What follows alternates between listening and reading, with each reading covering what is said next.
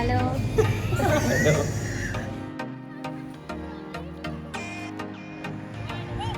എന്റെ ചേട്ടൻ പറഞ്ഞു കൊടുത്ത് കാശിന് ചോദിക്കുവാണ്. ഗൈസ്, എനിക്ക് അതിന്റെ ആവശ്യമില്ല. കാരണം എന്താ, നിങ്ങൾ എന്നെ സ്നേഹിക്കുന്നുണ്ട്.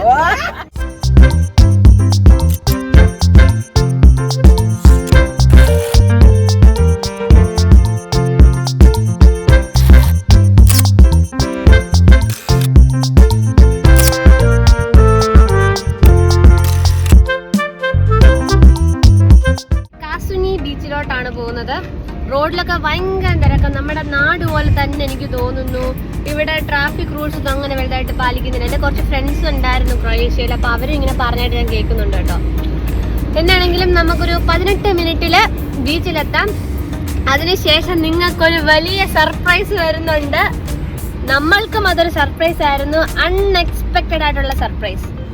ദീപു ആണെങ്കിൽ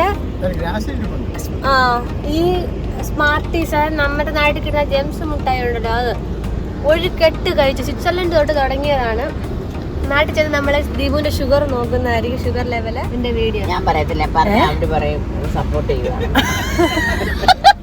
അങ്ങനല്ല അമ്മ പറ. എന്റെ വീഡിയോ സബ്സ്ക്രൈബ് ചെയ്യണം. എന്നാ എന്റെ വീഡിയോ സബ്സ്ക്രൈബ് ചെയ്യാന് എന്റെ ചേട്ടൻ പറഞ്ഞു കൊടുത്ത് കാശിന് ചോദിക്കുവാണ്.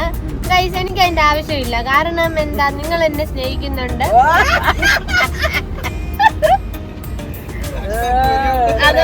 അതുകൊണ്ട് എനിക്ക് ആരും കാശ് കൊടുത്ത് പറഞ്ഞ് എനിക്ക് സബ്സ്ക്രൈബേഴ്സ് കൂടെ ഉണ്ടാകും. അവന്റെ കയ്യിൽ ഉറുമ്പ് കടിച്ചു, അതുകൊണ്ടാണ് കൈ തിരുമ്മിക്കൊണ്ടിരിക്കുന്നത്. നമ്മളങ്ങനെ കാശ്മീരി ബീച്ചിലെത്തിയിരിക്കുകയാണ്. നല്ല തണുപ്പുണ്ട്, എങ്കിലും നമുക്ക് നോക്കാൻ ഇറങ്ങാൻ പറ്റുമോന്ന്. നമ്മുടെ ബീച്ച് ടവൽസും കാര്യങ്ങളൊക്കെ ആയിട്ടാണ് നമ്മൾ ഇറങ്ങിയേക്കുന്നത്.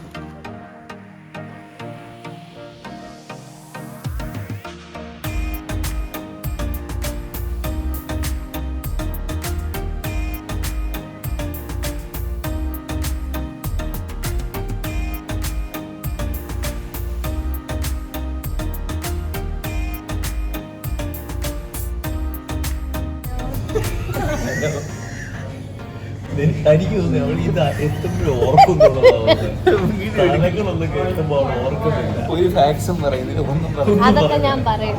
നമ്മള് കഴിക്കാൻ ചോറ് ചമ്മത്തിപ്പൊടി നാട്ടിൽ നിന്ന് പൊടിച്ചു നല്ല തൈര്. പ്രത്യേകിച്ച് വ്യത്യാസമൊന്നുമില്ല, സ്ക്രിപ്റ്റ് സെയിമാ. നമ്മളൊരു ഇന്ത്യൻ റെസ്റ്റോറൻറ്റ് കണ്ടുപിടിച്ചു ക്രൊയേഷ്യയിൽ. നമ്മൾ അവിടുന്ന് ഇപ്പം മസാല ടീ ഓർഡർ ചെയ്തു, അത് കുടിച്ചിട്ടിരിക്കുകയാണ്. ഞാൻ സൂപ്പൊക്കെ ഓർഡർ ചെയ്ത് ഇങ്ങനെ വെയിറ്റ് ചെയ്യുവാണ്. സോ നമ്മൾക്ക് വെയിറ്റ് ചെയ്യാം.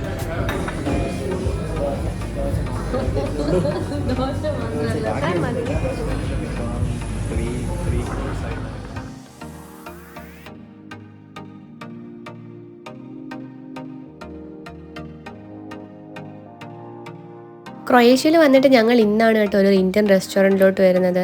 ഫുഡൊക്കെ നല്ല അടിപൊളി ഫുഡായിരുന്നു. പിന്നെ ഒരു രസകരമായ സംഭവം ഉണ്ടായി. ഞങ്ങൾ ഇരുന്നതിൻ്റെ ഓപ്പോസിറ്റ് കുറച്ച് ഇന്ത്യൻസ് ആയിരുന്നു. അവർ US നിന്ന് ഇതേപോലെ ടൂറിസ്റ്റ് ആയിട്ട് വന്നതാണ്. ഒരു ഗ്രൂപ്പ് ഓഫ് ആൾക്കാരായിരുന്നു. അവരെല്ലാം റിട്ടയർ ആയവരാണ് കേട്ടോ. അപ്പം അവർ അവിടെ ഇരുന്ന് ഫോട്ടോ ഒക്കെ എടുക്കുന്നുണ്ടായിരുന്നു. നിങ്ങൾക്ക് ഈ വീഡിയോയിൽ കണ്ടാൽ മനസ്സിലാവും. ആ ആൻറ്റി ദീപുവിൻ്റെ ഫോട്ടോ എടുക്കുവാണ്. എന്നിട്ട് ആ ആൻറ്റി ഓടി വന്നിട്ട് ചോദിച്ചു എവിടെ നിന്നാണ് വരുന്നതെന്നൊക്കെ. എന്നിട്ട് ആൻറ്റി പറഞ്ഞു ഞാനൊരു ഫോട്ടോ എടുത്തു, എനിക്ക് ദീപുവിനെ കണ്ടപ്പോഴത്തേക്കിനും അർജിത് സിംഗിനെ പോലെ തോന്നി.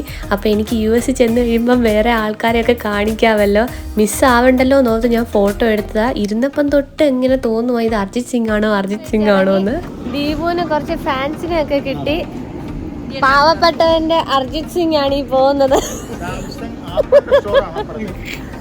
അർജിത് സിംഗ് ഒരു ഒപ്പ് തരുമോ? ഓട്ടോഗ്രാഫ്.